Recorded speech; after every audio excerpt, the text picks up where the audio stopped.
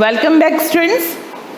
हमने लास्ट हमारी class drop की थी, उसमें हमने पढ़ा था कि मार्गी और टॉमी दो बच्चे हैं आप लोगों की तरह ही, जिन्हें एक बुक मिली है और बुक को देख के वो शॉक्ड हो जाते। अगर बच्चे इस टाइम के होते तो ऑब्वियसली बुक को देख के कभी शॉक्ड नहीं होते, लेकिन ये जो स्टोरी है वो फ्यूचर स्टोरी है, यानी फ्यूचर में आने वाले टाइम में क्या होने वाला है। जैसे कि आप अभी डिजिटल क्लासेस से पढ़ रहे हैं, ऑनलाइन क्लासेस से पढ़ रहे हैं, फ्यूचर ऐसा होगा जब आपको स्कूल चीज़ ही नहीं मिलेगी, यानी कि हर बच्चा अपने घर में एक रूम के अंदर इस तरह के एक डिजिटल बोर्ड के थ्रू रोबोटिक टीचर से पढ़ रहा होगा। ये स्टोरी है 2157 की, जिसमें मार्गी और टॉमी को बुक मिलती है। हम यहाँ तक पढ़ चुके थे कि बुक मिलती है, बुक के पेजेस उन्होंने देखे हैं, येलो कलर के हैं, वो टर्न करते हैं बार बार, काफ़ी रिंकल्ड है वो। और हम लोगों ने यहाँ तक ख़त्म कर लिया था कि स्कूल कैसा है, वो इस बारे में सोचते हैं कि स्कूल क्या चीज़ होती होगी, कैसी होती, क्योंकि उन्होंने स्कूल कभी देखा ही नहीं है। अब आप लोग भी इमेजिन करके देख लो कि स्कूल के बगैर पढ़ना कैसा होता होगा। आप लोग भी इमेजिन करेंगे तो शायद आपको एजुकेशन जो है वो बोर लगेगी। आप यहाँ पर स्कूल में आते हैं तो एक प्रॉपर आपका शेड्यूल होता है, टाइम से आना, टाइम से जाना, हर एक सब्जेक्ट के एक टाइम पीरियड होता है, उसके अकॉर्डिंग उस सब्जेक्ट को डिवाइडेड किया होता है। आपका लंच टाइम होता है। आप जो बच्चा स्कूल जाता है, स्कूल में सबसे पहली चीज़ वो सीखता है वो होता है शेयरिंग एंड केयरिंग। तो आप शेयर करना, केयर करना सब यहीं से सीखते हैं। खुद को कैसे प्रॉपरली मैनेज करते हुए, अपनी चीज़ों को संभालते हुए, जैसे ही बेल बजती है, फुल ब्रेक होता है, आप अपनी सारी नोटबुक्स ढूंढ के वापस कलेक्ट करते हैं, बैग में डालते हैं, अपना लंच कैरी करते हैं, बॉटल कैरी करते हैं। जो सामान आप लाए होते हैं वो सामान केयरफुली वापस घर ले जाना पड़ता है। तो ये सारी चीज़ें, बहुत सारी चीज़ें हैं जो डिसिप्लिन वगैरह सब कुछ बच्चा स्कूल में सीखता है। और ऐसे में जब एक रोबोटिक टीचर आ रहा है, आप अपने ही घर में एक रूम में पर्टिकुलर सब्जेक्ट से पढ़ रहे हैं, तो वहाँ पर कुछ मॉरल वैल्यूज़ की कमी रह जाती है। तो ऐसे में स्कूल तो मैंने डिस्क्राइब कर दिया कि हमारा स्कूल कैसा है ना। अब हम स्टोरी पे वापस चले जाते हैं। मार्गी वॉज स्क्रॉनफुल स्कूल। मार्गी ने बहुत ही सल चढ़ाते हुए कहा कि स्कूल क्या चीज़ होती होगी। What's there to write about school? I hate school. मैं स्कूल के बारे में क्या लिखूं? स्कूल तो मुझे बिल्कुल भी अच्छा नहीं लगता है। मार्गी always hated school, but now she hated it more than ever. The mechanical teacher had been giving her test after test in geography, and she had been doing rows and rows until her mother had shaken her head sorrowfully and sent for the country inspector. अब यहाँ मार्गी अपने school की बात कर रही है कि मुझे स्कूल बिल्कुल अच्छा नहीं लगता। उसका स्कूल क्या है, उसके बेडरूम के पास में एक छोटा सा डिजिटल रूम है, जहाँ पर एक बड़ा सारा, इतना बड़ा सा एक कंप्यूटर स्क्रीन फिट किया हुआ है। उसमें एक रोबोटिक टीचर आता है और उसको पढ़ाता है। लेकिन उसको इस तरह के रोबोटिक टीचर अच्छे ही नहीं लगते थे, लेकिन अब और ज़्यादा वो उसको हेट क्यों करने लग गई है, क्योंकि ज्योग्राफी में उसके जो टेस्ट हो रहे थे उसमें वो कंटिन्यूटी में खराब से खराब मार्क्स लाए जा रहे थे। और इतने खराब उसका परफॉर्मेंस हो रहा था ज्योग्राफी में कि उसकी मम्मी को काफ़ी, उसकी जो मदर थी उनको काफ़ी दुख हो रहा था, और उन्होंने कंट्री इंस्पेक्टर, अब यहाँ पर एक पर्सन आया कंट्री इंस्पेक्टर। ये कोई इंस्पेक्टर इन सेंस कोई पुलिस वाला नहीं है, ये मैकेनिकल जो हमारी थिंग्स है उनको ठीक करने वाला। उनकी कोई भी हम मशीन लाते हैं तो थोड़े थोड़े टाइम में उसको एक चेकअप देना पड़ता है ना, तो उसी तरह का एक चेकअप के लिए एक पर्सन हायर होता है वहाँ पर, तो उसको कंट्री इंस्पेक्टर का नाम दिया। तो उन्होंने जब उसको कंप्लेन की कि कंटिन्यूटी में मार्गी जो है वो ज्योग्राफी में काफ़ी बुरा परफॉर्म कर रही है, तो आके उसको चेक करो। He was a round little man. अब यहाँ पर एक कंट्री इंस्पेक्टर का पूरा डिस्क्रिप्शन है। He was a round little man with a red face and a whole box of tools with a dial and wires. एक round यानी कि मोटा सा गोल मटोल सा आदमी जिसका कि रेड फेस है, यानी काफ़ी पिंकी सा है, and whole box of tools, अपने साथ में बहुत सारा टूल्स और वायर्स का बॉक्स लेके आता है जो वो मैकेनिकल टीचर को ठीक करने के लिए उसको नेसेसरी है उन सब चीज़ों की। He smiled at Margie and gave her an apple. उसने मार्गी की तरफ देखा, स्माइल किया और उसको एक एप्पल दिया। Then took a teacher a part, तब उसके जो टीचर था मैकेनिकल जो कंप्यूटर था उसका एक पार्ट निकाल के वो बैठा। Margie had hoped he wouldn't know how to put it together again, but he knew how all right, and after an hour or so there it was again, large and black and ugly, with a big screen on which all the lessons were shown and the questions were asked. अब मार्गी वो जो country inspector आए थे वो मार्गी के उस कंप्यूटर के अंदर से कोई एक चीज़ थी वो निकाल के अपने साथ ले गए थे और उन्होंने टाइम दिया था कि वो 1 आवर के बाद वापस लौटेंगे। लेकिन मार्गी नहीं चाहती थी कि वो कभी भी वापस लौटे, लेकिन वो आए और आफ्टर 1 आवर वापस से उसको मार्गी को वही बड़ी सी काली सी स्क्रीन देखने मिल गई क्वेश्चन आंसर्स वाली, जो कि उसको बिल्कुल भी पसंद नहीं थी, वो बिल्कुल भी नहीं चाहती थी। That wasn't so bad, ये बहुत बुरा हुआ उसको, बिल्कुल वो अपने अंदर ही अंदर बोल रही थी क्यों आए होंगे वापस, क्यों मुझे पढ़ना पड़ेगा। The part Margie hated the most was the slot where she had to put homework and test papers. अब उस डिजिटल, उस मैकेनिकल जो टीचर था, मैकेनिकल डिवाइस था, उसके अंदर कौन सा पार्ट मार्गी को सबसे खराब लगता था? कौन सा को लगता था? वो स्लॉट खराब लगता था जिसमें उसको अपने होमवर्क और टेस्ट पेपर्स डालने पड़ते थे। आप लोगों को भी अच्छा नहीं लगता ना जब मैम कह देते हैं कि कल मैं टेस्ट लूँगी, या सर कह देते हैं कि कल मेरा टेस्ट है इस सब्जेक्ट का, और आप लोगों के तभी से सर चढ़ने लग जाते हैं। आप क्या प्रे करते हैं? हे भगवान कल मैम आए नहीं, कल मैम को बुखार आ जाए, इस तरह की प्रे करते हैं ना। तो इसी तरह मार्गी को भी बुरा लग रहा है कि क्यों आया होगा ये होमवर्क वाला सेक्शन, क्यों मुझे ये फीड करना पड़ रहा है, क्यों मैं होमवर्क करूं, क्यों मैं टेस्ट दूं। तो इस तरह की प्रेयर जो है वो मार्गी भी कर रही है।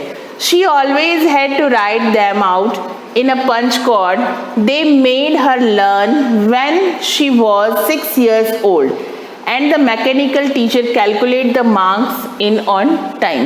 अब ये सब उसके साथ जो कब से हो रहा है, ये सारी ही चीज़ें जो हैं वो उसके साथ हो रही हैं जब वो 6 इयर्स की थी, यानी कि जब वो 6 इयर्स की थी तभी से ये मैकेनिकल टीचर्स के टेस्ट जो है वो कंटिन्यू दिए जा रही है। अब वो 11 इयर्स की हो गई है और उसको कैलकुलेट करके उसके मार्क्स दे दिए जाते हैं। अब देखिए यहाँ पे हर बच्चे को एक अप्रिशिएशन चाहिए होता है। अप्रिशिएशन यानी मोटिवेशन, मोटिवेशन इन सेंस कि जब आप अच्छा करते हैं तो आपको क्लास में आपकी तारीफ, कोई हर बच्चा चाहता है कि मेरी तारीफ हो, मुझे प्रेज किया जाए। जब आप फर्स्ट आते हैं किसी कंपटीशन में आपको अवार्ड या रिवॉर्ड दिया जाए, प्राइज दिया जाए, तो ये सारी चीज़ें जो हैं वो अच्छी लगती हैं, अप्रिशिएट करती हैं, बच्चे को मोटिवेट करती है कुछ और करने के लिए। अब मैकेनिकल टीचर के साथ तो ऐसा कुछ था नहीं, उसका काम था होमवर्क चेक करना, टेस्ट चेक करना, टेस्ट में कितने करेक्ट हैं उसके एक्यूरेशन के अकॉर्डिंग उसके मार्क्स पुट ऑन उसको कर देना। तो यहाँ पर उसको कोई एप्रिसिएशन नहीं मिल रहा था, इसलिए मार्गी उस मैकेनिकल टीचर से काफ़ी डिसअपॉइंटेड थी। The inspector had smiled after he was finished and patted Margie's head.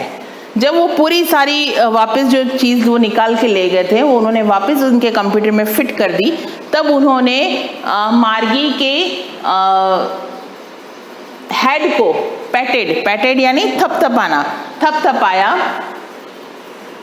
He said to her mother, it's not the little girl's fault Mrs Jones. अब उन्होंने जो कंट्री इंस्पेक्टर थे उन्होंने क्या कहा कि मिसेस जॉन्स, मैं आपकी इसमें बच्ची की कोई गलती नहीं थी, जो भी था वो फॉल्ट सारा डिजिटल फॉल्ट था। I think the geography sector was geared a little too quick. अब गियर्ड यानी कि जब आप गाड़ी चलाते ना, गाड़ी में गियर होते हैं, अलग अलग गियर पे अलग अलग स्पीड के अकॉर्डिंग गाड़ी चलती है, तो यहाँ पर भी यही है। I think the geography sector was geared a little too quick. अब जो ज्योग्राफी सेक्शन था वो थोड़ा सा क्विक हो गया था, इसलिए वो परफॉर्म प्रॉपरली नहीं कर पा रही थी। Those things happen sometimes. I have showed it up to an average 10 years level. अब मैंने उसको फिर से सेट कर दिया है और उसको 10 years के लेवल पे रख दिया है। Actually the overall pattern of her progress is quite satisfactory.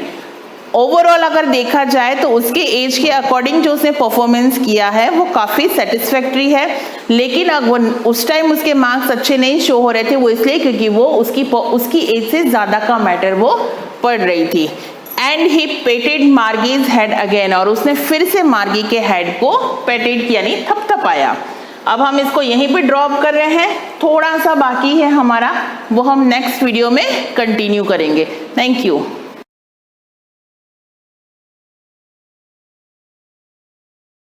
विद्यार्थियों, हम पिछले अध्याय में क्लास 8, 9, 10 तीनों कॉमन वीडियो बना रहे थे व्याकरण संबंधित, जिसमें कक्षा 8 से 8वीं, 9वीं और 10वीं तीनों के लिए और आगे की कक्षाओं में भी विभिन्न प्रकार की प्रतियोगी परीक्षाओं में भी जो हमारे व्याकरण का जो भी सिलेबस आता है वो सब पूरा संपूर्ण सिलेबस हमारे 8 to 12 तक में माने आगे भी क्लासों में काम आएगा। लेकिन फिलहाल कक्षा 8, 9 और 10 तीनों कक्षाओं के लिए व्याकरण के लिए टॉपिक है, जिसमें पिछली कक्षा में हमने पार्ट 1 बनाया था, जिसमें क्रिया की परिभाषा, क्रिया क्या है, क्रिया के कितने भेद हैं, उसके बारे में हमने चर्चा की थी, जिसमें कर्म के आधार पर क्रिया के भेद बताए थे, सकर्मक, अकर्मक, उनकी परिभाषा क्या होता है पूरा समझा दिया था। आज दूसरा वीडियो है भाग 2, जिसमें रचना के आधार पर क्रिया के प्रमुख भेदों की बात हम करेंगे, इस पर चर्चा कर रहे हैं।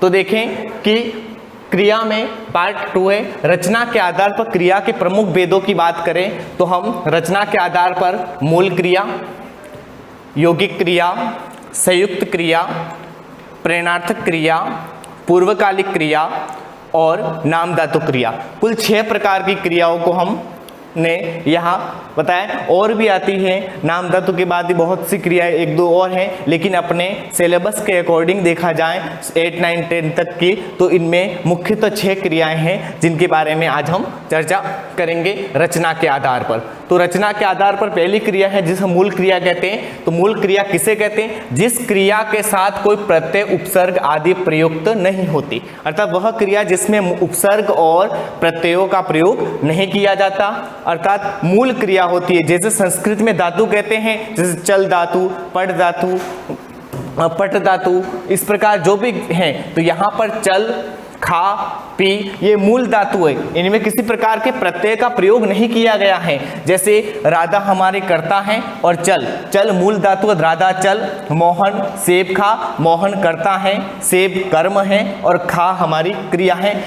इसके साथ अगर हम क्रिया के साथ प्रत्यय और उपसर्ग, मूल क्रिया के साथ प्रत्यय और उपसर्ग जोड़ देते हैं तो वह क्रिया यौगिक क्रिया का रूप बदल जाएगी। तो मूल क्रिया में क्या होगा? मूल क्रिया वह क्रिया होगी जिसमें उपसर्ग और प्रत्ययों का प्रयोग नहीं होगा।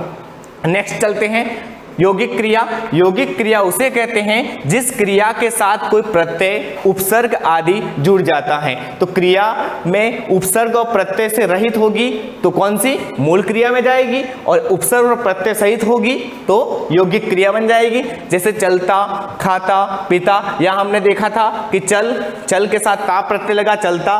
खा क्रिया है जिसके साथ मूल क्रिया के साथ ता प्रत्यय लगाया तो खाता, और पीना के साथ ना भी लगा सकते हैं, ता भी लगाया, पीता या पीना। जैसे मोहन हल चलाता है, मोहन करता है, हल कर्म है, चलाता क्रिया है। जैसे हम एग्जामिनर प्रश्न वैसे पूछता है, आप कंफ्यूजन ना हो, क्योंकि देखना है हमें कि क्रिया किस आधार पर प्रश्न पूछा गया है। प्रश्न अगर कर्म के आधार पर पूछा गया है तो हमें यहाँ पर सकर्मक क्रिया बतानी है। मोहन हल चलाता है, क्या चलाता है? सकर्मक क्रिया।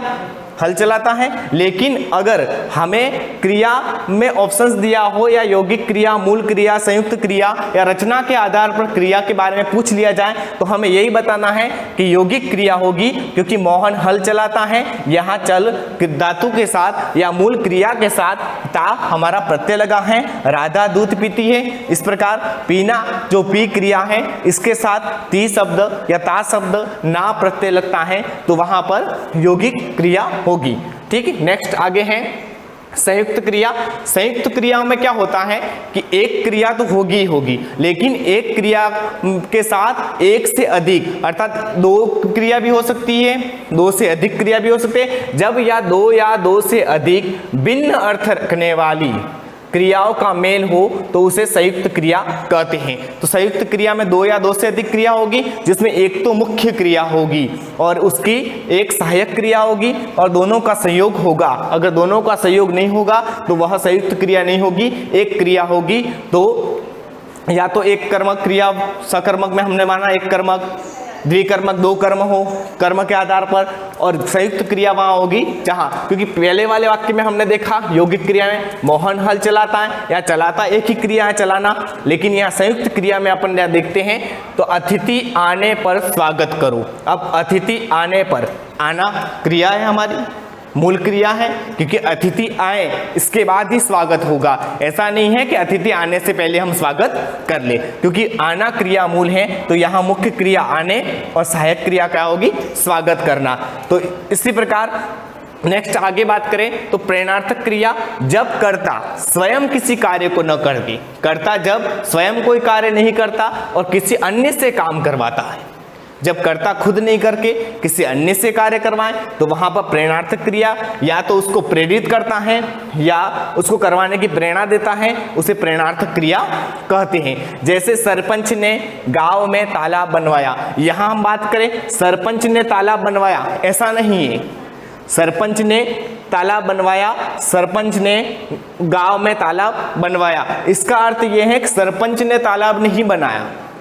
मूल बात ये सोचे कि सरपंच ने तालाब नहीं बनाया है, तालाब बनवाया है। बनाया किसने, मजदूरों ने बनाया है, तो सरपंच ने गांव में तालाब बनवाया। जब यहाँ पर कर्ता स्वयं कार्य, कर्ता कौन है, सरपंच, सरपंच ने स्वयं कार्य नहीं किया, किया किसने है, गांव के लोगों ने, मजदूरों ने काम किया, इसलिए गांव में तालाब बनवाने का काम मजदूरों ने किया। लेकिन प्रेरणा किसकी थी, काम किसने करवाया, सरपंच ने।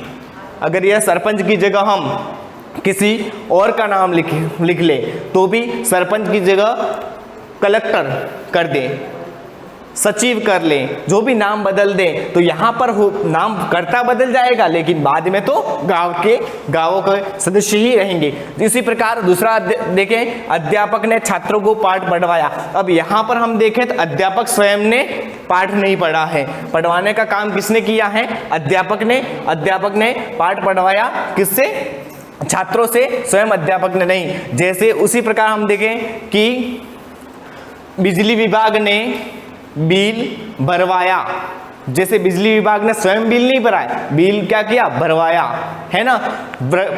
प्रधानाचार्य ने छात्रों से वृक्षारोपण करवाया, तो वृक्षारोपण किसने किया, प्रधानाचार्य ने किया, नहीं, प्रधानाचार्य ने निर्देश दिया, प्रेरित किया हमें, और हमने क्या किया कि उसका वृक्षारोपण किया। इसलिए स्वयं कार्य करता नहीं करके कोई अन्य से करवाएं, वहां पर कौन सी क्रिया होगी, प्रेरणार्थक क्रिया होगी। नेक्स्ट बात करें पूर्वकालिक क्रिया। अब पूर्वकालिक क्रिया से हम पहले ही समझ जाते, पूर्वकालिक अर्थात पहले कोई समय में घटित होने वाली क्रिया, एक क्रिया बाद में घटित होगी। जब ऐसी दो क्रियाएं आए जिसमें एक काम पहले संपन्न होता हो, दूसरा काम बाद में, जैसे देखिए अपन, जब किसी वाक्य में दो क्रियाएं प्रयुक्त हो तथा उनमें से एक क्रिया दूसरी क्रिया से पहले संपन्न हुई हो तो पहले संपन्न होने वाली क्रिया पूर्वकालिक क्रिया कहलाती है। तो देखें, ये पूर्वकालिक क्रिया में और भी सरलता समझना हो, उसकी पहचान करनी हो तो हमें क्या करना है कि मूल धातु में, जो हम देखते हैं संस्कृत में मूल धातु है, तो मूल धातु में कर लगाने से सामान्य क्रिया को पूर्वकालिक क्रिया का रूप दिया जा सकता है। जैसे यहाँ मूल क्रिया बालक, पढ़कर सो गया, यहाँ बालक है, कर्ता पढ़ मूल धातु है, उसके साथ कर लगा, पढ़कर सो गया, बलवीर खेलकर पढ़ने बैठेगा, मोहन खाकर खेलने गया। इस प्रकार के जो है पूर्वकालिक क्रिया बनती है। उन दोनों क्रियाओं के मध्य मुख्य क्रिया जो पहले वाली क्रिया होगी जिसमें कर लगेगा और बाद में दूसरा कार्य होगा, दूसरा काम होगा। नाम धातु क्रिया संज्ञा सर्वनाम विशेषण शब्द जब धातु की तरह प्रयुक्त होते हैं। यहाँ पर संज्ञा सर्वनाम विशेषण शब्द होते हैं, ले वो किस रूप में? धातु के रूप में। वे अपने आप में कोई क्रिया नहीं होते, मूल रूप में क्रिया नहीं होती है। क्रिया से भिन्न शब्दों में प्रत्यय लगाकर बनाए जाते हैं। इनको अलग नाम देना था कृदंत, है ना, प्रत्यय उपसर्ग लगा करके हम इसको क्रिया बनाते हैं। क्रिया मूल रूप में नहीं होती है।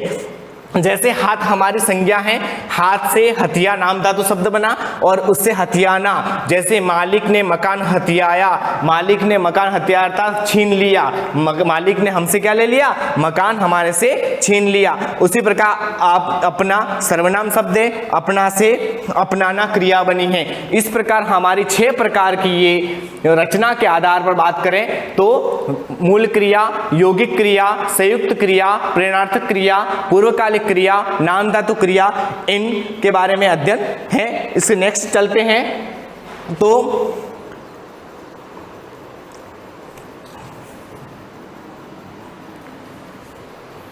आगे बात करें काल के आधार पर क्रिया के भेद। काल के आधार पर क्रिया के भेद अपन मुख्यतः 3 प्रकार के हैं। हम जानते हैं भूतकालिक क्रिया, वर्तमानकालिक क्रिया और भविष्यकालिक क्रिया। अब भूतकालिक क्रिया में क्या होगा? भूतकालिक क्रिया में क्रिया का वह रूप जिसके द्वारा बीते समय में कार्य संपन्न होने का पता लगे उसे भूतकालिक क्रिया कहते हैं। जैसे वह विदेश चला गया, मोहन पुस्तक पढ़ रहा था। इन दोनों वाक्यों से यह पता चलता है, वाक्य क्या पता चलता है कि कार्य भूतकाल में हो चुका है, भूतकाल में हो गया था। दूसरा है वर्तमानकालिक क्रिया में क्या था? क्रिया का वह रूप जिससे वर्तमान कार्य समय में कार्य के संपन्न होने का बोध होता है। जैसे विमल पुस्तक पढ़ रहा है, सीता गाना गा रही है। इससे हमें वर्तमान काल का बोध होता है कि विमल अभी पुस्तक वर्तमान में पढ़ रहा है और सीता भी गाना गा रही है। इसी प्रकार तीसरा काल देखें भविष्यकालिक क्रिया, क्रिया का वह रूप जिसके द्वारा आने वाले समय में कार्य के संपन्न होने का बोध होता है। अब भविष्य काल में जैसे मैं कल जयपुर जाऊंगा, यहां दिया है मोहन छुट्टियों में जयपुर जाएगा। आने वाले भविष्य में कोई प्री प्लानिंग, अपने बाद की जो प्लानिंग कर रखी है, हमने कोई योजना बना रखी है कि जैसे मुझे आगामी आने वाले शनिवार को उदयपुर जाना है, तो उस प्रकार आने वाले समय में कोई कार्य होगा, वहां पर कौन सी काल आएगा? भविष्य काल आएगा। मोहन छुट्टियों में जयपुर जाएगा, राधा निबंध प्रतियोगिता में भाग लेगी। तो इस प्रकार वहां पर भविष्यकालिक क्रिया होगी। इन तीनों प्रकार की क्रियाओं के बारे में तो काल पहला हमने देखा था रचना के आधार, पहला क्रिया के प्रमुख भेद कितने? कर्म के आधार पर, रचना के आधार पर, काल के आधार पर। कर्म के आधार पर 2, सकर्मक अकर्मक, रचना के आधार पर 6 और काल के आधार पर 3। कुल कितने? 2, 6, 8 और 3, 11 प्रकार के। इस प्रकार आज क्रिया का हमारा ये टॉपिक पूरा समाप्त होता है। आगे कल नया कोई अन्य टॉपिक लेकर के फिर आपको आगे क्लास 8, 9, 10 कॉमन सब्जेक्ट के हिसाब से कॉमन कोई वीडियो लेकर के आपको बताएंगे। धन्यवाद।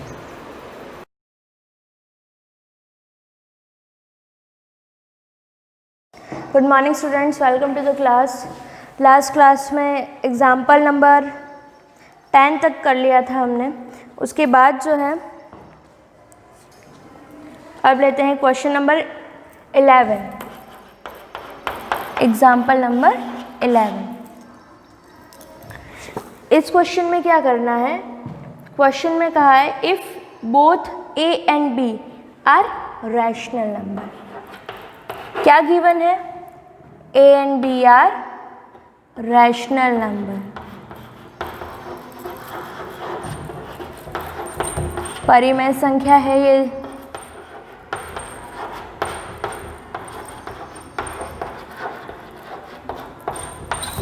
ये दोनों ही परिमेय संख्या हैं। एंड दूसरी चीज़ आपको क्या दे रखी है? √3 - 1 upon √3 + 1 that is equal to a plus b root 3. Find the values of a and b.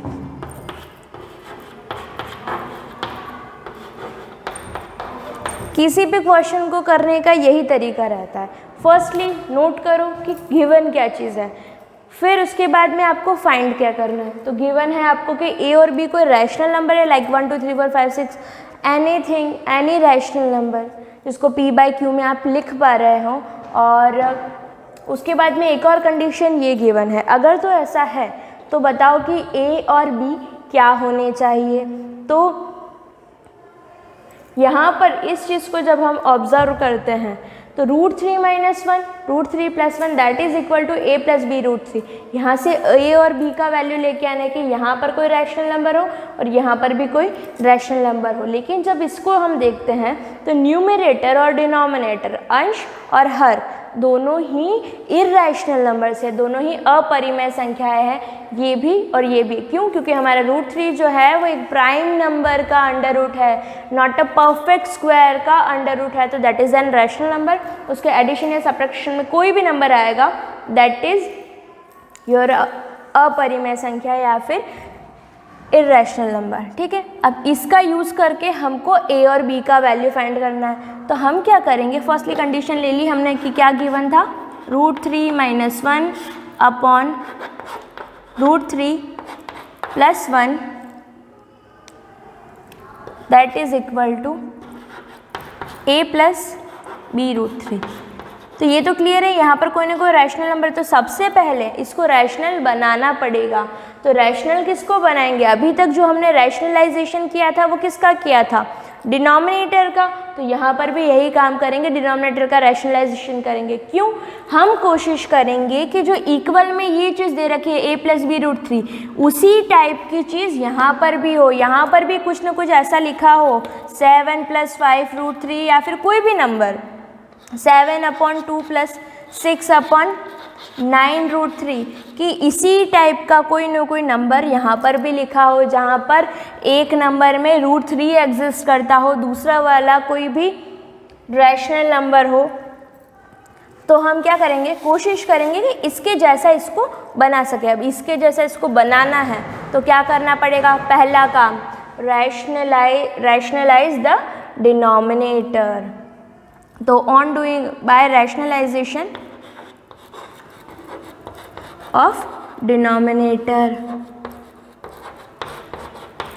Rationalisation of denominator.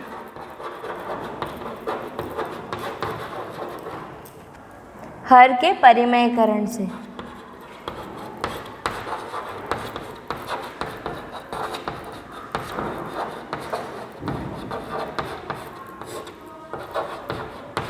हर का परिमेयकरण करना है यहाँ पर.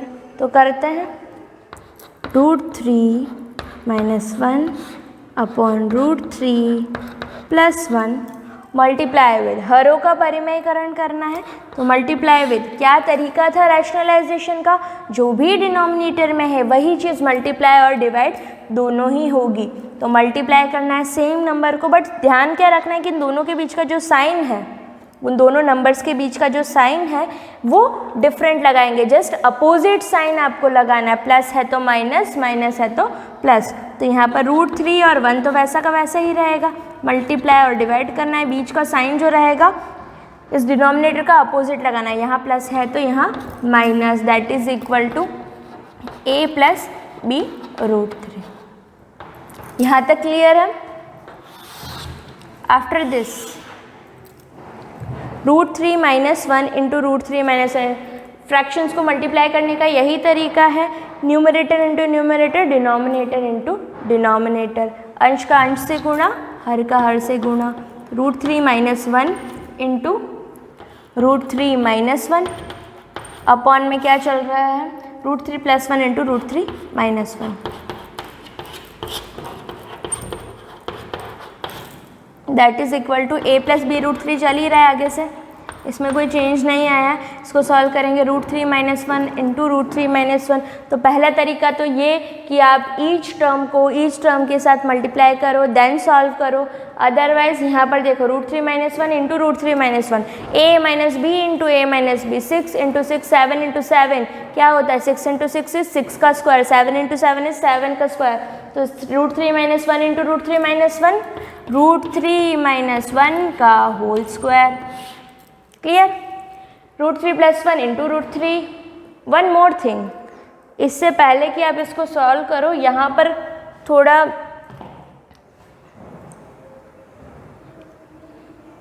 नहीं, √3 - 1 का होल स्क्वायर। अब इसको सॉल्व करते हैं, a + b into a - b, तो √3 का स्क्वायर माइनस 1 का square, a square - b square. यहाँ पर जो आइडेंटिटी आप अप्लाई करोगे वो मेंशन ज़रूर करेंगे। a + b into a - b क्या होता है, a स्क्वायर - b स्क्वायर। तो इसके पहले स्टेप के पहले या फिर साइड में ब्लैक पेन से जैसे भी आपको ये चीज़ डिनोट करनी है कि क्या आइडेंटिटी आपने लगाई है, a + b √3।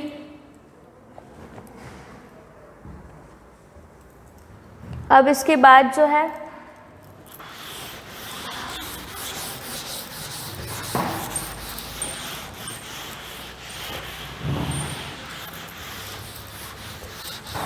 इसके बाद की स्टेप क्या होगी, √3 - 1 का होल स्क्वायर।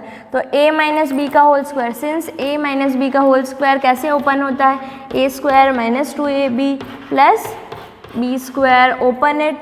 a की जगह पर कौन है, √3 है, b की जगह पर कौन है, 1 है, तो जस्ट पुट द वैल्यूज़।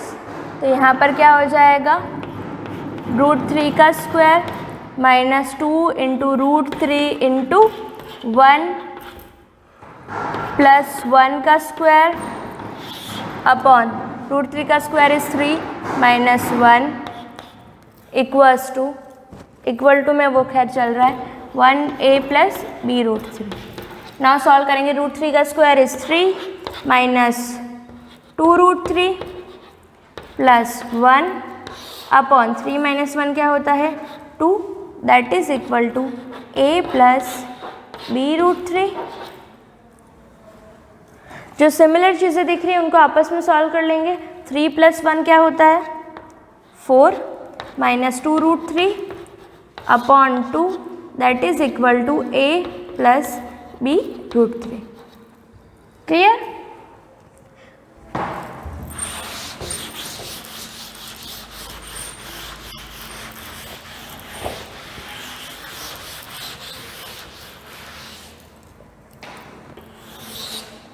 इसके बाद 4 - 2 √3। देखो अब यहाँ इक्वल में क्या चल रहा है, a + b √3। इसमें √3 वाली टर्म अलग है और a एक सिंपल नंबर है। तो हम जानते हैं कि अगर आपके सामने इस तरीके से कुछ लिखा हुआ है 2 + 4/2, तो या तो आप क्या करेंगे 2 + 4 = 6/2 करके, दैट इज़ योर आंसर 3। ऐसे ना करो तो that is the alter method. Alter method क्या कि 2/2, इन दोनों को आप सेपरेट करके भी लिख सकते हो। इस चीज़ को आप लिख सकते हो स्प्लिट करके 2/2 प्लस 4/2। आंसर चेक करो, 2/2 1, 2 2 = 4, आंसर क्या आया 3। दोनों में सेम आंसर है। तो जब भी ऐसी कंडीशन बनती है कि आपको स्प्लिट करने की ज़रूरत पड़े कि नहीं हमको इस फॉर्म में नहीं चाहिए, हमको अलग अलग चाहिए, तो यू कैन स्प्लिट इट। तो 2/2 प्लस 4/2। क्लियर है ये? तो सिमिलर चीज़ यहाँ पर भी करेंगे। क्योंकि यहाँ पर जो सिमिलर टर्म्स बन रही थी ऐड कर लिया, एट द एंड इससे ज़्यादा सॉल्व नहीं हो रहा। अब यहाँ पर क्या है, √3 वाली टर्म अलग है, यहाँ पर ओनली एक प्योर रैशनल नंबर मिल रहा है। तो ये तो क्लियर है कि यहाँ पर √3 तो नहीं आ रहा है। तो एक √3 वाली टर्म बन रही है और एक सिंपल टर्म बन रही है। तो यहाँ भी √3 वाला है और एक सिंपल है, बट अपॉन में 2 डिस्टर्ब कर रहा है। तो हमको क्या करना है, यहाँ पर स्प्लिट कर देंगे ताकि दोनों ही अलग अलग हो जाए, एक रैशनल नंबर और एक इर्रेशनल नंबर। स्प्लिट करेंगे तो क्या होगा 4/2 minus 2 √3/2, 4/2 minus 2 √3/2 is equal to a + b √3। क्योंकि a और b की वैल्यू लाने के लिए हमको इसको इस a + b √3 जैसा बनाना रहेगा। तो 4/2 क्या होता है 2 माइनस 2√3/2, 2 से 2 1 टाइम डिवाइड हो जाएगा, क्या बचा √3, that is equal to a plus b√3। अब ये कुछ कुछ इसके जैसा दिखने लगा कि इसमें भी √3 है, इसमें भी √3 है। Here is also a number a rational number और 2 is also an rational number, also a rational number. ये भी परिमेय संख्या, ये भी परिमेय संख्या, यहाँ √3 यहाँ √3। अब इसको इसके जैसा और लिखते हैं हम, plus minus 1 into √3 that is equal to a plus b√3। अब प्लस की जगह प्लस है, यहाँ पर कोई नंबर है, यहाँ मल्टीप्लाई में कुछ नहीं था तो वहाँ पर हम 1 लिख सकते हैं। कुछ नहीं मतलब 1 है, मल्टीप्लाई में कुछ नहीं है मतलब 1 है, और ये माइनस को अंदर लिख लिया क्योंकि प्लस माइनस माइनस होता है, तो इस चीज़ को ये भी लिखा जा सकता है। Now on comparing both side, on comparing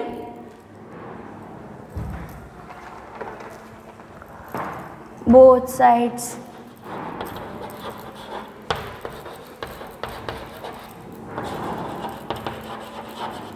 दोनों पक्षों की तुलना करने पर,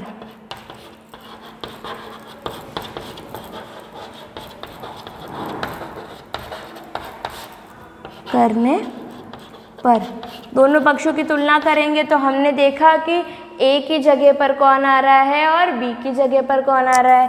तो a की जगह पर तो आ रहा है 2, मतलब √3 वाली जो भी टर्म है उसके सम में जो भी है दैट इज़ आवर a, तो ये √3 वाली टर्म उसके सम में जो भी है दैट इज़ आवर a, तो a का वैल्यू आ गया 2। नाउ b क्या होना चाहिए, √3 के मल्टीप्लिकेशन में जो कुछ भी है दैट इज़ आवर b। तो अगर यहाँ ऐसे ना लिख पाते, यहाँ देखते तो b√3 के एडिशन में जो भी है दैट इज़ आवर a, √3 के मल्टीप्लाई में जो भी है दैट इज़ आवर b। तो यहाँ पे मल्टीप्लाई में कुछ नहीं यानी 1, और विद साइन इस चीज़ को लिखते हैं तो डायरेक्टली आप -1 लिख सकते थे। ठीक है, दोनों में से जो चीज़ समझ में आती है आप कर सकते हैं, चाहे तो ये चाहे फिर ये। बस ये कि इन चीज़ों को जब भी आप लिखेंगे कंपेयर करके तो विद साइन लिखने की कोशिश करें कि a है तो प्लस का 2, b है तो माइनस का 2। क्लियर है, इस तरीके से a और b का वैल्यू फाइंड करना रहेगा। आपको बस इतना सा काम करना था, डिनोमिनेटर का रैशनलाइजेशन करना था। अब इसके बाद के जो क्वेश्चंस है वो हम नेक्स्ट क्लास में करेंगे। Thank you.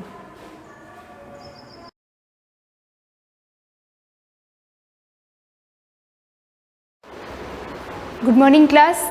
लेसन 5 जो चल रहा है उसका पार्ट 13 11 कंटिन्यू करूँगी मैं। पार्ट 12 तक हमने पढ़ रखा था सेल के बारे में, जिसमें सेल का जो स्ट्रक्चर और फंक्शन देखे थे हमने। लेसन 5 ही चल रहा है हमारा। ये चीज़ पढ़ाई थी मैंने आपको, various cells from the human body. Human body के अंदर अलग अलग टाइप की सेल्स क्या होती है, ये पिक्चर देखे थे, इनको एक्सप्लेन किया था। ये जो है वो हमारे अंदर ह्यूमन बीइंग की सेल्स हो जाती है। अब बात करते हैं नेक्स्ट, ये पैराग्राफ से छोड़ा था मैंने, यहाँ से स्टार्ट करते हैं। लेबर की बात हो रही थी, दैट मीन्स ये कि सेल का पर्टिकुलर एक फंक्शन होता है। जितनी सेल्स होती है अलग अलग होती है, उनका बेसिक स्ट्रक्चर भले ही सेम हो पर उनके अंदर जो डिसिमिलरिटी ये होती है कि हर एक सेल का जो ग्रुप बन जाता है जिसको हम टिश्यू बोल देते हैं, टिश्यू से जो ऑर्गन बनते हैं सबका डिवीजन ऑफ लेबर हो जाता है। मतलब सबके लिए स्पेसिफिक फंक्शन डिफाइनेट हो जाता है कि ये वाली सेल या ये वाला टिश्यू यही काम करेगा। जैसे यहाँ दे रखा है, this parts of the cells are called organelles. Cell के जो अंदर के पार्ट्स होते हैं, सेल के अंदर जैसे एक सपोज एक न्यूक्लियस भी रखा हुआ है, सेल के अंदर न्यूक्लियस है, न्यूक्लियस के चारों तरफ एंडोप्लाज्मिक रेटिकुलम होता है, राइबोसोम होता है, तो वो उसके लिए उसका क्या कहलाता है, ऑर्गेनील। यानी सेल के पार्ट्स सारे जो अंदर होते हैं उसको बोलते हैं ऑर्गेनील्स। याद रखना, this parts of the cells are called organelles. Cell के अंदर वाले जो छोटे छोटे उसके पार्ट्स होते हैं वो ऑर्गेनील्स कहलाते हैं। A cell has various type of cell organelles and each organelle perform a specific function. For example, the cells have a particular type of organelle, each for synthesis of new material, release of energy, expulsion of waste material, intracellular digestion etcetera. That means ये यूँ कहना चाह रहा है कि हमारे body के अंदर जितनी सेल्स होती हैं, जितने टिश्यूज़ होते हैं, उनको स्पेसिफिक उनका एक फंक्शन होता है। वही चीज़ मैंने जो पहले बताई आपको, परफॉर्म अ स्पेसिफिक फंक्शन। हर एक सेल ऑर्गेनील एक पर्टिकुलर फंक्शन को फिक्स करता है। जैसे न्यूक्लियस होता है हमारा, मैं एग्जांपल बता देती हूँ। जैसे एक सेल में न्यूक्लियस है तो उस न्यूक्लियस का फंक्शन क्या है कि अपने जेनेटिक मटेरियल को नेक्स्ट जनरेशन में ट्रांसफ़र करना, इसीलिए उसको क्या बोलते हैं, जेनेटिक मटेरियल। तो जेनेटिक मटेरियल को कैरी करना काम किसका हो गया, न्यूक्लियस का। उसी तरह से सेल के अंदर जितने ऑर्गेनेल्स होंगे उन सारे ऑर्गेनेल्स का अपना पर्टिकुलर एक डिफाइनेड फंक्शन हो जाएगा, जिसको बोलते हैं डिवीजन ऑफ लेबर। जैसे फर्स्ट फंक्शन यहाँ दे रखा है synthesize of new material, new material को सिंथेसाइज करना या फॉर्मेशन करना। उसके बाद है रिलीज ऑफ एनर्जी, एनर्जी को कंटिन्यू रिलीज करना। जैसे माइटोकॉन्ड्रिया, अगर किसी सेल के अंदर माइटोकॉन्ड्रिया है तो उसका काम क्या है, power house of the cell उसको बोला जाता है। तो क्यों बोलता है, क्यों बोला जाता है, क्योंकि वो एनर्जी को जनरेट करता है या पावर को जनरेट करता है। उसी तरह से एक्सपल्शन ऑफ वेस्ट मटेरियल, जो भी सेल के अंदर वेस्ट मटेरियल बन रहा है, जो बॉडी सेल के लिए वेस्ट है, वेस्ट यानी टॉक्सिक हो सकता है, तो उसको बॉडी से रिमूव आउट करना, बाहर निकालना, वो भी इसका काम हो गया। देन इंट्रासेलुलर डाइजेशन, सेल को ही डाइजेस्ट कर देना अंदर ही अंदर, उसको बोलते हैं इंट्रासेलुलर डाइजेशन एटसेट्रा। ये सारे काम जो है वो सेल ऑर्गेनेल से डिसाइड होते हैं। The cell is kept alive by specific biological function of this organelle. क्या लिखा है यहाँ पे, kept alive by specific biological function, मतलब ये सारी स्पेसिफिक फंक्शन होते रहते हैं तभी हमारा सेल अलाइव पोजीशन में रहता है। In other words this organelles are essential for maintaining the living status of the cell. ये सारे अदर वर्ड्स में ये बोला जा सकता है कि ऑर्गेनेल्स ही है जिसकी वजह से हमारा सेल जो है वो अलाइव स्टेटस में रहता है या लिविंग स्टेट में रहता है। Maintaining the living status of the cell, the function performed by this organelles of the cells are manifested as life process of the living organism। manifested यानी शो करना, मतलब एज वेल एज ये सारी activities cell में चलती रहती है जिसकी वजह से हमारी सेल एक्टिव फॉर्म में या लिविंग स्टेटस में शो होती है। all these components or organelles of the cell together form a whole complete fundamental unit of life। all these components or organelles of the cell, ये सारे component cell के, जो कि सेल के component है, ये सारे एक साथ जुड़ के अपना होल कंप्लीट फंडामेंटल यानी अपना पूरा फंक्शन शो करते हैं। फंक्शन, सारी एक्टिविटीज़, सारी प्रोसेस को करते जाते हैं, इसीलिए ये हमारा क्या है, फंडामेंटल यूनिट ऑफ लाइफ। कौन, सेल और cell organelles. You will be amazed to know that all the cells of the living organism have similar type of organelles। Similar type of organism मतलब ये कि आपको जान के थोड़ी हैरानियत होगी कि क्या होता है, to know that all the cells of the living organism have similar type of organism. मतलब ये कि जितनी भी अलग अलग टाइप की सेल होती है, चाहे वो ह्यूमन में हो, चाहे वो माउस में हो या अमीबा में हो, सबकी सेल्स में क्या होता है, organism have similar type of organelle, मतलब उसके अंदर सेम टाइप के ऑर्गेनिल होते हैं। मतलब एक सेल है जिसके अंदर न्यूक्लियस है, तो हमारी सेल के अंदर भी न्यूक्लियस है, एज वेल एज किसी छोटे ऑर्गेनिज्म की सेल के अंदर भी न्यूक्लियस होगा। मतलब ये कि हमारे बेसिक स्ट्रक्चर जो सेल का होता है वो सारे ऑर्गेनिज्म में सिमिलर टाइप का होता है। फॉर एग्जाम्पल से बता रहा है, वाइट ब्लड सेल और liver cell of human being, हमारे ह्यूमन बींग की बात कर रहे हैं, तो हमारे ये एक सेल ले लो WBC और दूसरी सेल ले लो आप लीवर सेल, तो दोनों के दोनों में क्या होगा, striated muscle of a cockroach, neuron of a cow और mesophyll cell of a leaf etcetera all share similar type of basic cell organelles. किसकी बात हो गई, ह्यूमन की लीवर सेल ले लो, ह्यूमन का WBC ले लो, उसके बाद इसने बोला कि स्ट्रिएटेड मसल ले लो कॉकरोच की, उसके बाद ले लो neurons of a cow, mesophyll of cell of a leaf के स्ट्रक्चर में जो मीजोफिल नाम की सेल होती है उसका नाम होता है। तो ये सारे जो स्ट्रक्चर होते हैं सबके सब क्या होते हैं, share similar type of basic cell organelle. ये सारे क्या करते हैं, बेसिक स्ट्रक्चर इनका सिमिलर होता है।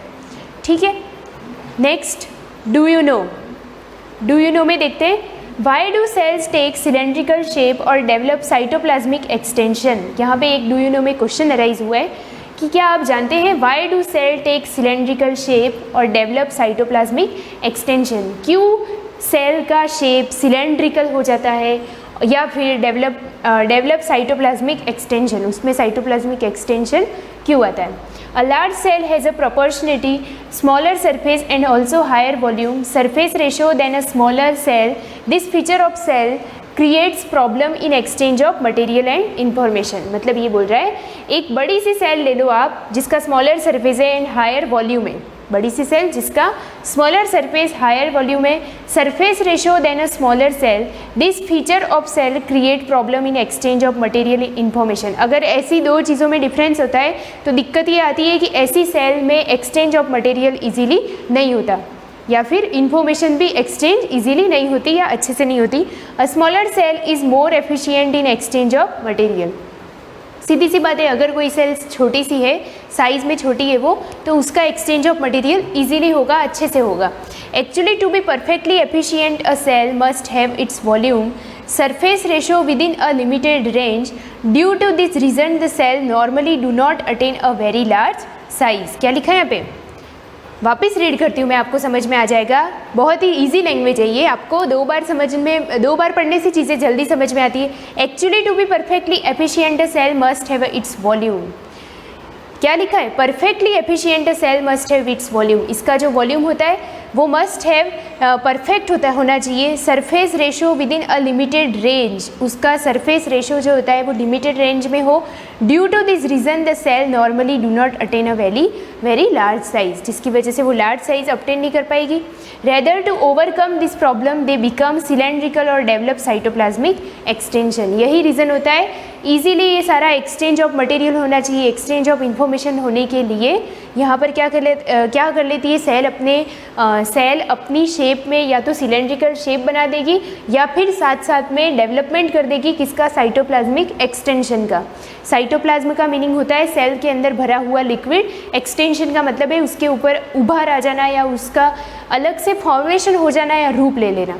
What is meant by totipotency? Totipotency का मीनिंग क्या है आप अंडरलाइन करो और इसको आपको नोट्स में लिखना है। The ability of some differentiated cells of multicellular organism to develop into whole new organism under certain condition is called totipotency. क्या लिखा है? Ability of some differentiated cells of multicellular organism. किसी multicellular organism के अंदर क्या होता है? Differentiated cell को डिफ्रेंशिएट करने की एबिलिटी होती है, इतनी कैपेसिटी होती है कि वो सेल को क्या कर सके? डिफ्रेंशिएट कर सके into multicellular organism to develop into whole new organism. क्या लिखा? Differentiated cells of multicellular organism की सेल डिफ्रेंशिएट हो सके और एक नया ऑर्गेनिज्म बना सके, इतनी उसमें अगर एबिलिटी है। Whole new organism under certain condition is called totipotency. इसको बोला जाता है टोटीपोटेंसी। आप इसको नोट्स में लिख दीजिएगा। As a cell is capable of performing all basic life process like that of a living organism, it is also treated as functional unit of life. यहाँ पे बता दिया कि आपको ये सब पढ़ के समझ में आ गया होगा कि सेल ही है जिसकी वजह से लाइफ का बेसिक स्ट्रक्चर पूरा होता है, उसका बेसिक फंक्शन फुलफिल या कंप्लीट होता है। तो इसीलिए यहाँ पर फंक्शनल सेल को सिर्फ सेल को सिर्फ स्ट्रक्चरल नहीं बल्कि फंडामेंटल यूनिट इसलिए बोलते हैं क्योंकि वो स्ट्रक्चर भी बनाती है एज वेल एज सेल का फंक्शन भी डिसाइड करती है किसी भी ऑर्गेनिज्म का, इसलिए उसको unit of life, functional unit of life भी बोल सकते हैं। It is therefore concluded that activities of an organism are based on the activities of the cells that constitute it. मतलब वही सारी एक्टिविटीज़ इसी की वजह से कंक्लूड होती है। Organism can not demonstrate activities that are absent in its constitute cell. अगर किसी भी सेल अगर उसका वर्क नहीं कर रहा है, सेल का मटेरियल डिस्टर्ब हो चुका है, सेल काम नहीं कर रही है, तो वो ऑर्गेनिज्म का जो भी पूरा एक्टिविटीज़ होती है वो पूरी कंप्लीट नहीं हो पाएगी। मैं नेक्स्ट पेज लेती हूँ इसका। यहाँ पे ये चीज़ है, मैं इसको नेक्स्ट क्लास में आपको बताऊंगी, अभी इतना टॉपिक पूरा हो नहीं पाएगा। यहाँ पे सेल ऑर्गेनिज्म जो दे रखा है उसमें प्लांट सेल और एनिमल सेल डिफ्रेंशिएट करेंगे। ये जो सेल है वो प्लांट सेल है और ये वाली जो सेल है वो एनिमल सेल है। आज का होमवर्क ये है कि जितना पढ़ा है उतनी नोट्स बनाना, साथ में इसके डायग्राम आप अपनी नोट्स की नोटबुक में बना के लेके आना, फिर मैं उसको नेक्स्ट क्लास में एक्सप्लेन करूँगी। Thank you.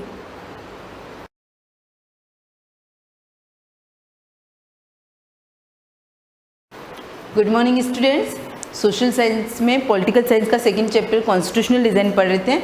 बहुत कुछ पढ़ लिया इस लेसन में। अब आपको कॉन्स्टिट्यूशन का पूरा नॉलेज हो गया होगा कि क्या इसके फीचर्स है, कैसे बनाया, कब बनाया, सारी चीज़ें आपकी क्लियर हो गई।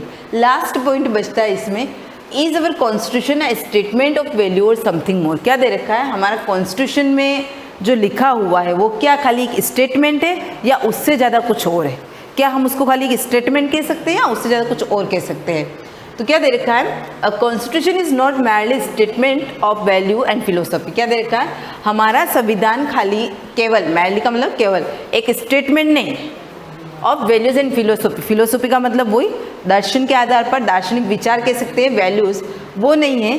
As we have said above, it is mainly about interesting this value into institutional arrangement. क्या दे रखा है, it is mainly about inserting, क्या डाला गया है इसके अंदर, वैल्यूज इनटू इंस्टीट्यूशनल अरेंजमेंट, किस प्रकार संस्थाओं को काम करना है, कैसे करना है, उससे रिलेटेड सारी चीज़ें बता रखी है। Much of this document is about this arrangement. इसके अंदर बहुत सारे ऐसे डॉक्यूमेंट्स डाल रखे हैं जिससे हमको हमारी व्यवस्था कैसे करनी है, आगे कैसे हमारे इंस्टीट्यूशन काम करेंगे वो हमको पता चलता है। It is very long in detail document. ये आपको पता ही है हमारा कॉन्स्टिट्यूशन कितना बड़ा है, बहुत लंबा और बहुत डिटेल्ड है। डिटेल का मतलब व्यवस्थित और बहुत लंबा लिखा हुआ। Thus it needed to be amendment regularly to keep it update। क्या दे रखा है, इसको साथ ही साथ हमने क्या किया, रेगुलरली समय समय पर जब भी हमको इसकी ज़रूरत पड़ी है हमने इसमें अमेंडमेंट संशोधन किया है। Those who designed the Indian Constitution realized that it is to be in line with people's aspirations and change in society। क्या दे रखा है, हमारे संविधान में हमको ऐसी फैसिलिटी दे रखी है, रियलाइज़ करवा रखा है, it has to be in line with people's aspirations. Aspiration मतलब आकांक्षाएं, लोगों की आकांक्षाएं जुड़ी होती है ना। कोई काम आप करते हो तो जैसे आपके पेरेंट्स आपसे कुछ आकांक्षाएं रखते हैं कि आपको बड़े होकर ये करना है, ऐसा बनना है, वो करना है, तो यहाँ पर भी हमारे कॉन्स्टिट्यूशन से हमको जो आकांक्षा है वो यहाँ पर पूरे होती है और हम चाहे तो उसमें समय समय पर चेंजेस करके उसमें अमेंडमेंट कर सकते हैं और उसको हमारे लिए कि हमको उसको कैसे यूज़ करना है हम उसको करवा सकते हैं। लेकिन हाँ, उसमें भी कुछ रूल्स बने हुए हैं तो उन रूल्स को फॉलो करके हम ये कर सकते हैं। They did not see it is a pure. क्या दे रखा है, नहीं तो वो पूरा प्योर है, नहीं स्टेटिक। स्टेटिक का मतलब स्थिर एंड अनअल्टरेबल का मतलब कोई स्थिर कानून नहीं है कि आप उसको चेंज नहीं कर सकते हो। So they made provision to include change from time to time. दे रखा है इसमें मेड प्रोविजन टू इंक्लूड, तो क्या कर रखा है, प्रोविजन बना रखा है, समय समय पर हमने इसको क्या किया, चेंज किया। This changes are known as constitutional amendment. Underline कर देना, ये जो चेंजेस किए गए हैं इनको क्या कहेंगे, कॉन्स्टिट्यूशनल अमेंडमेंट्स यानी कि संविधान संशोधन। The constitution illustrate the institutional arrangement is a legal manner. ये क्या है, एक कानूनी रूप है। If you read the constitution of the first time it can be quite difficult to understand. जब आपने कभी कॉन्स्टिट्यूशन का फर्स्ट बार पढ़ा होगा तो इसको समझने में आपको काफ़ी प्रॉब्लम्स आई होगी। Still the basic institutional design is not very difficult to understand. Like any other constitution, the Indian constitution also lay down a processor for choosing person to govern this country. यानी क्या दे रखा है, the Indian constitution also lay down a processor. जो इसकी प्रक्रिया थी लोगों को सेलेक्ट करने में, वो क्या कर रखी है, अगर उसको चेंज कर दिया जाए, it define that who will how much power to take which decision.